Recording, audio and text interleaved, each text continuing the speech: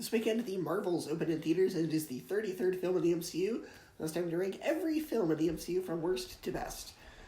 Coming last place at number 33 is Eternals. I will acknowledge the film itself looks gorgeous, it's got great cinematography, but the story and most of the characters are boring, and the film is melodramatic. It tries to have all these ideas about divine intervention and letting bad things happen, but it all comes off as very pretentious. The film, for some reason, is also told out of order, where we jump ahead to characters' deaths, but then one scene later we see them again. I acknowledge its ambition, but its execution felt incredibly dull. Number 32, Doctor Strange in the Multiverse of Madness, an occultishly dark, graphically violent, overly long film. When I go to an MCU movie, I'm expecting a fair bit of lightheartedness, but the majority of this film is just darkly occult, and this is coming from somebody who really enjoys Harry Potter.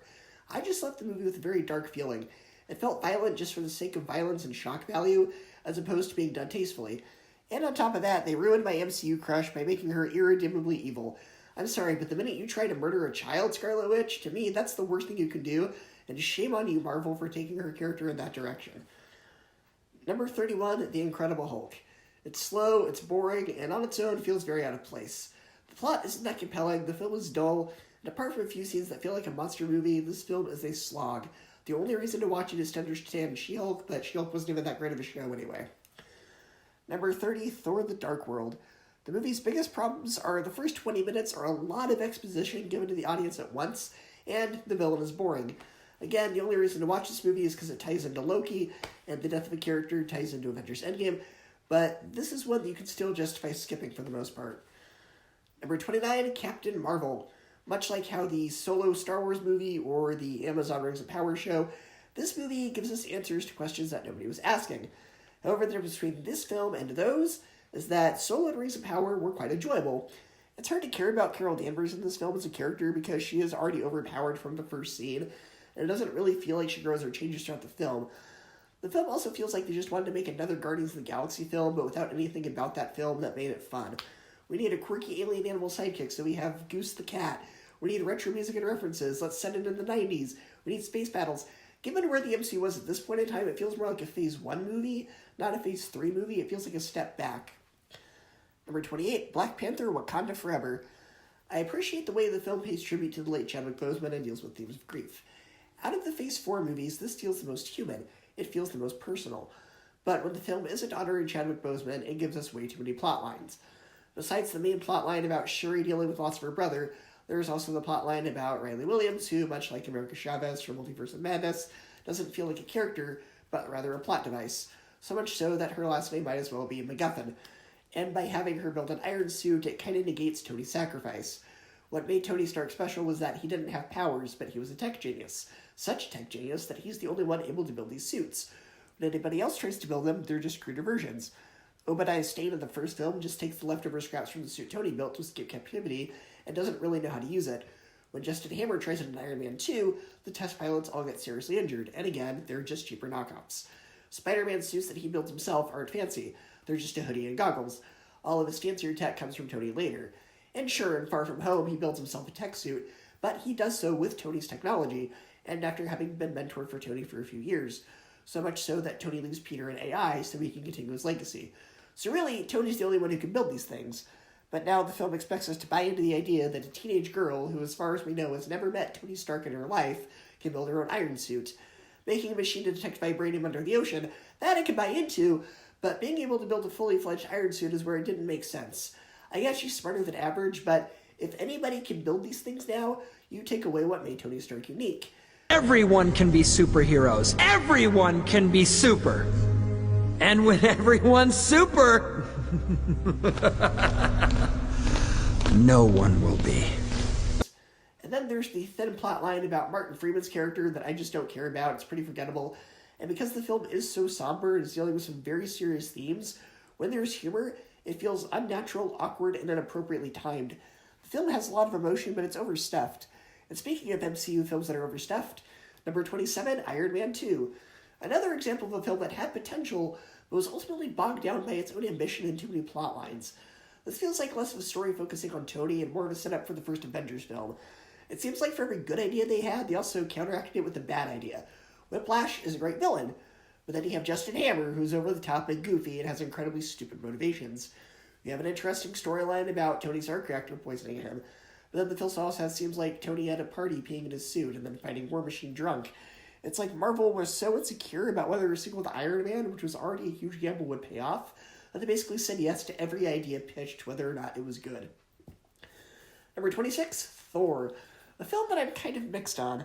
Kenneth Branagh brings the his own unique style to the film, and there are some fun moments of Thor getting some culture shock with Earth customs, but there's nothing particularly ambitious about this film.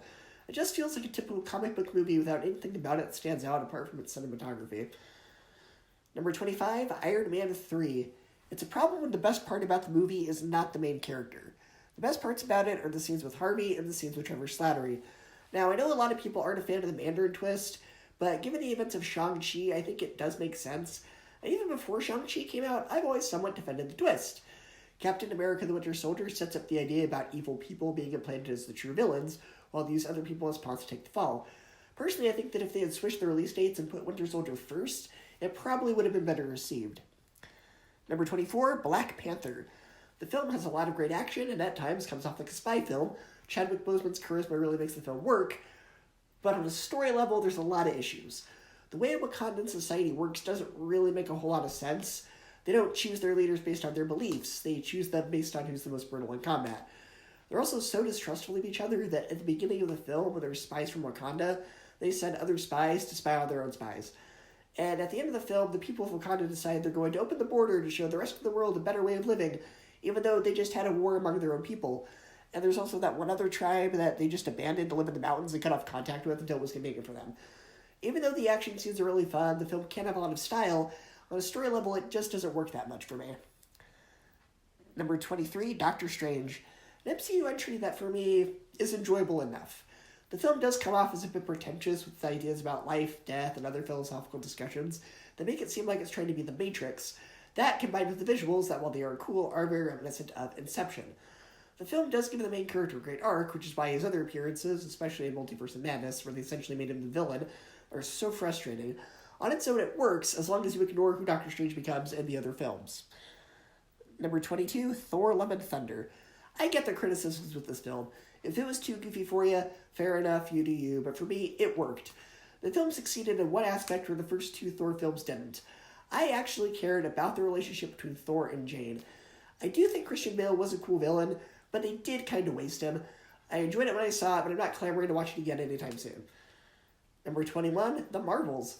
I was pleasantly surprised by how much I enjoyed this movie. After hearing bad word of mouth, my expectations were low, but I really enjoyed how fun this was. I enjoyed the dynamic of the three main characters. There were certain sequences that I found a ton of fun. The humor was great. The story was more interesting than the first Captain Marvel movie. But the villain is generic and forgettable, and unfortunately, the film does require having watched at least 2 different Disney Plus shows to understand it. Number 20, Thor Ragnarok. After the first Thor film was kind of middle of the road, and Thor the Dark World was awful, Taika Waititi finally brings us a Thor film that gets it right. The first 2 films had almost no sense of fun, and this film is a lot of fun. But it does try to basically be Guardians of the Galaxy, and I do think Grandmaster as a villain didn't work. I think we should have spent more time with Hela because she was a much stronger villain. Number 19, Avengers Age of Ultron. Much like how Iron Man 2 was the filler chapter to prep for the first Avengers movie, this is the filler chapter to prep for Civil War. The cast, much like the first film, do still work well off each other, like the running joke about Cap telling people to watch their language, and even at the time, newcomers such as Elizabeth Olsen and Aaron Taylor Johnson give performances that feel like they've been there since the beginning. They don't feel awkward because they're the new actors to the franchise. James Spader gives one of my favorite villain performances in the MCU as Ultron. Say what you will about how they wrote him as a character, but his voice performance is chilling, there's no denying. The film does meander a bit in the second act, mostly to set up for Civil War, and the romance between Bruce and Natasha comes out of nowhere and also goes nowhere after this film. It's not as high-stakes or ambitious as the first Avengers film, but I still find it kind of entertaining. Number 18, Ant-Man and the Wasp: Quantumania. Now, I really enjoyed this movie. I thought the Quantum Realm was very creative. I thought Catherine Newton worked well with Paul Rudd. Jonathan Majors steals the show as the villain Kang. But in terms of the tone, it's definitely the most serious of the Ant-Man films. There is still some humor, but not nearly as much as its predecessors, so it's kind of an odd tone shift.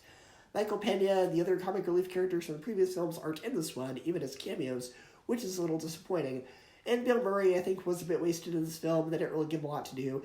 However, the film still has big grand spectacle, whereas the other 2 films were relatively small scale. It was still entertaining, but definitely had a very different tone than the other two Ant-Mans. Number 17, Guardians of the Galaxy Volume 2. The biggest problem with this movie for me is that it has jokes in places where there don't need to be jokes. Like Wakanda Forever, there are scenes in this that are meant to help the audience connect with the characters, but instead of pausing to let those moments sit, they immediately follow it up with a joke. And what's also frustrating is the events that get the Guardians to meet Ego are very contrived. They happen to land there because they get shot down because Rocket Raccoon stole batteries.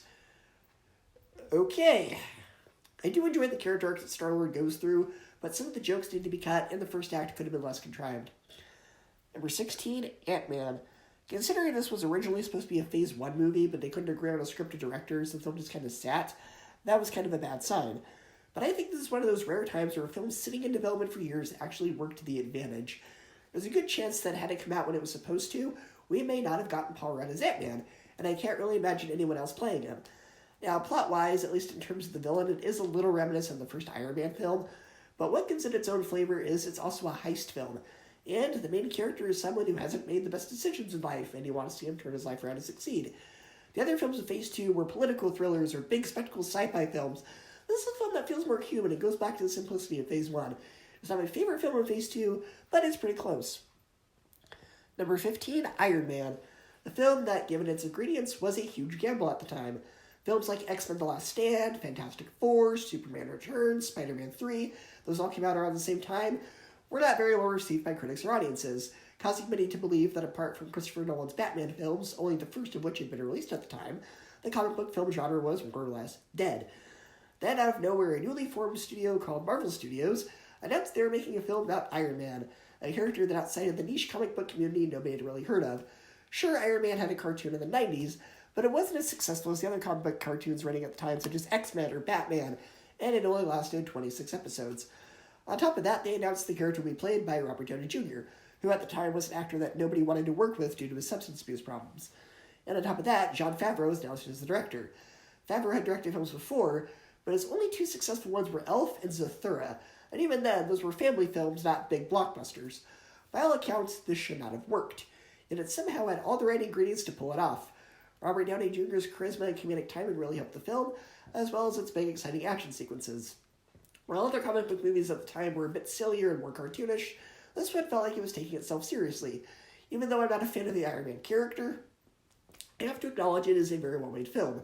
This is one of the only films from Phase 1 that still holds up, the other two for me being Captain America and the Avengers.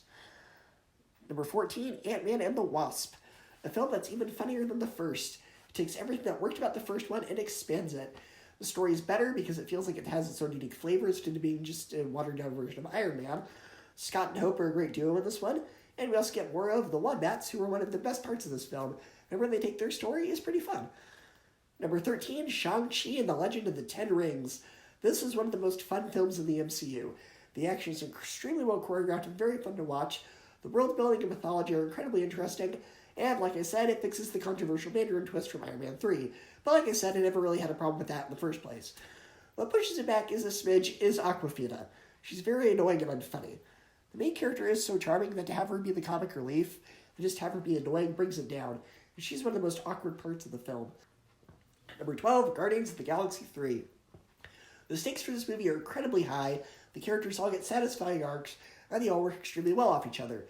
And unlike a lot of MCU sequels that forget what the previous film set up and doesn't follow through with them, Baron Mordo and Doctor Strange, everything set up in the previous films comes back and feels important. The stakes of the plot revolve around Rocket, and unlike Wakanda Forever, where characters like Riley Williams felt more like plot devices rather than actual characters, Rocket is an actual character in this film and not a MacGuffin. The way each character's arc ends is incredibly satisfying, and out of the three Guardians films, this is definitely the one with the most heart. I'd say it's almost perfect, but unfortunately, what does hold it back is a pattern I'm noticing with these later MCU films. Sometimes they are afraid to show too much negative emotion. There are some very dark moments in this film, and sometimes instead of letting the audience feel the weight, they try to lighten things up with jokes that can feel a bit ill-timed. I know you want to lighten the tension, but sometimes it's more effective to let the audience feel something else. Another element that holds it back a bit is something that bogs down a lot of MCU projects. They expect you to have watched everything with these characters. If you go into this movie not having watched the Guardians of the Galaxy Holiday Special on Disney+, you're going to be a bit confused at the beginning. There's certain characters and plot lines from that special that come back and are important, but if you haven't watched it or watched it recently, And let's be honest, who was going to watch a Christmas special when this came out in May, you're going to be a bit confused. However, apart from needing to watch the holiday special, this is a film that feels very focused on its own narrative. It isn't trying to set up the next 10 movies and shows. It feels like it stands as its own story. What they do with certain characters imply that they could bring them back if they wanted to, but it doesn't feel like that's a priority. This feels like a movie made by a filmmaker, not by a studio. It feels like a movie that was made the way James Gunn wanted to make it, and not trying to work around 10,000 studio notes. It's an incredibly satisfying emotional end to the Guardians trilogy. Number 11, Guardians of the Galaxy Volume 1. Film note, at the time was very oddly marketed. The trailer didn't really show off any of the humor, so the whole idea of having a movie where two of the characters are attacking a raccoon and a tree seemed bananas. But much like Iron Man, it had just the right cast and the right story with well-written characters. The film serves as a redemption story with a very likable group of cast members who all work very well off each other. It's bizarre, it's out there, but it really works. Number 10, Black Widow. This, in my opinion, is how Brad Bird should have done Incredibles 2. Incredibles 2, if you've seen any of my Pixar rankings, you know was very disappointing for me, because instead of expanding on the idea from the first film and having a movie about a crime-fighting family, it just becomes an Elastigirl spin-off with a long Jack short thrown in as filler to an incredibly already thin movie. This is what I was hoping Incredibles 2 was going to be. Even though Brad Bird was not involved in this film, it feels like a lot of influence was taken from him, because this film was like a combination of the first Incredibles movie and Brad Bird's Mission Impossible movie Ghost Protocol. The actors all have a very strong dynamic. The villain is one of the most despicable, non-superpowered MCU villains, right up there for me with Robert Redford's character from Winter Soldier. The action is well choreographed, the plot is intriguing, and even when the film slows down, the dialogue is also compelling and keeps you invested. I think it was worth the 11-year wait. Number 9, Spider-Man Far From Home.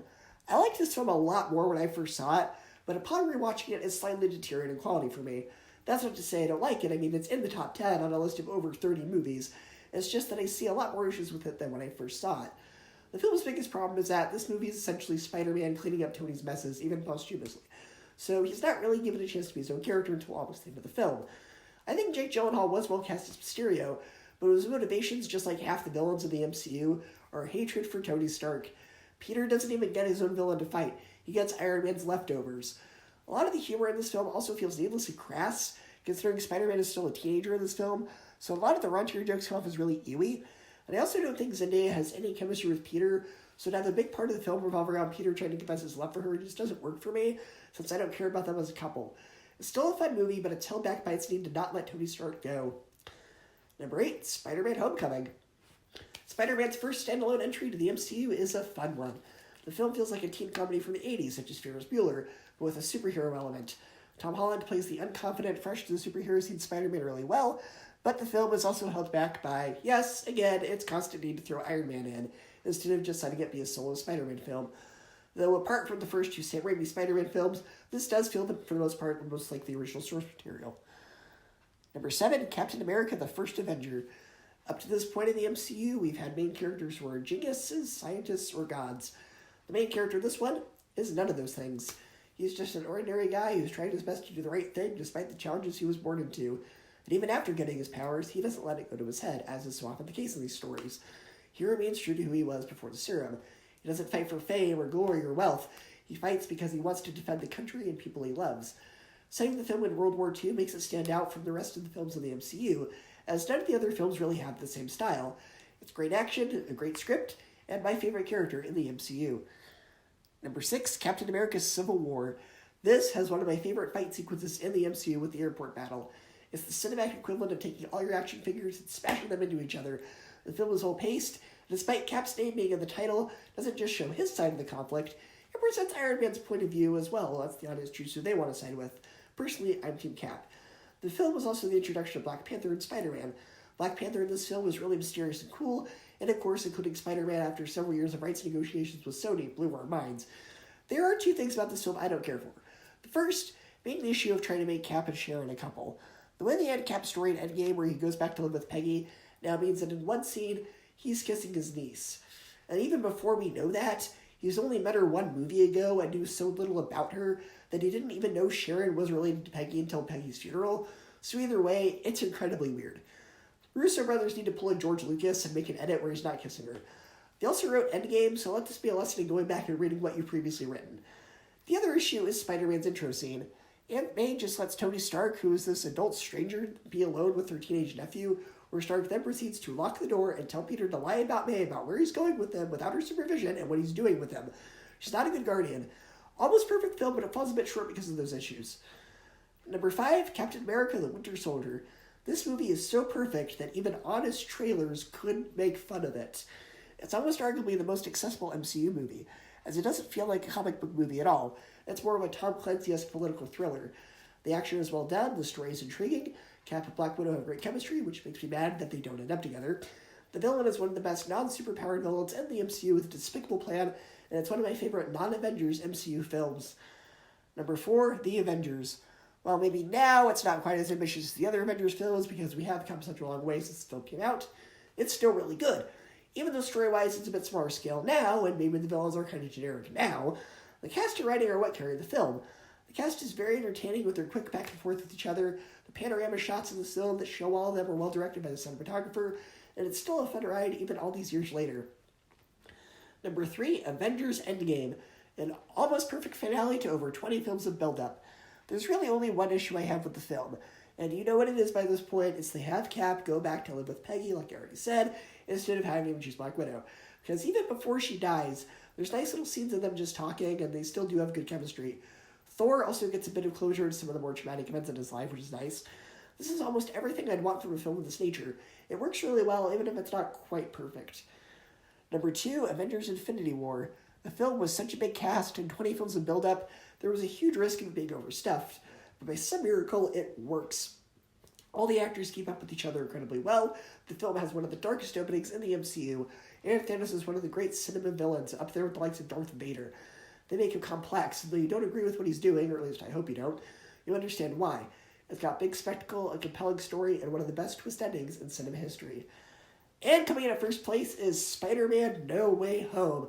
Now, some of you are probably thinking, you're just blinded by nostalgia, you only like it because of its novelty, and while to some degree that is true, putting the nostalgia aside, the film works because of its characters and how their arcs are resolved. Toby's Spidey gets to be the cool older mentor to the other two Spideys, Garfield's Spidey finally gets closure after his Gwen's death, and by the end of the film, Tom Holland's Spidey has grown his character the most and more than he has in the other films. The other two films he was thought of as a successor to Tony Stark, but by the end of this film, he is his own man.